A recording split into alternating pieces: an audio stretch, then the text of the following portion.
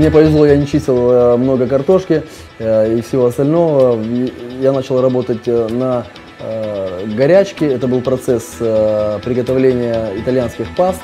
То есть все с мучных изделий у нас мы сами делали разновидные пасты и горячее.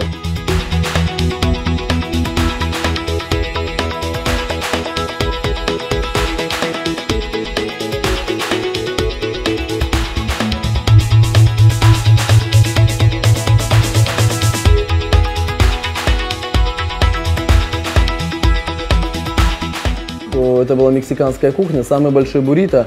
Делали его в торговом центре «Караван». Сейчас, не ошибаюсь, 38 метров, 47 сантиметров, кажется, да. Его закручивали более 70 человек. То есть это было такое грандиозное, интересное шоу.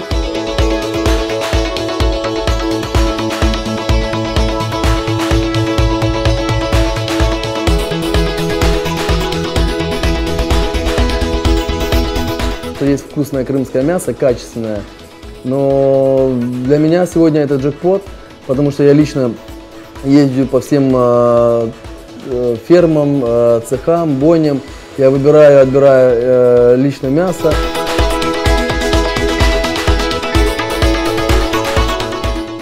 Вот вроде просто процесс жарки мяса, но это настолько тонкая вещь, нет, факторов миллион, начиная от качества мяса, заканчивая температурой, высотой углей, температурой, я не знаю, там, куском самого стейка, толщиной, то есть очень много факторов, которые не просто так. И из-за этого это искусство.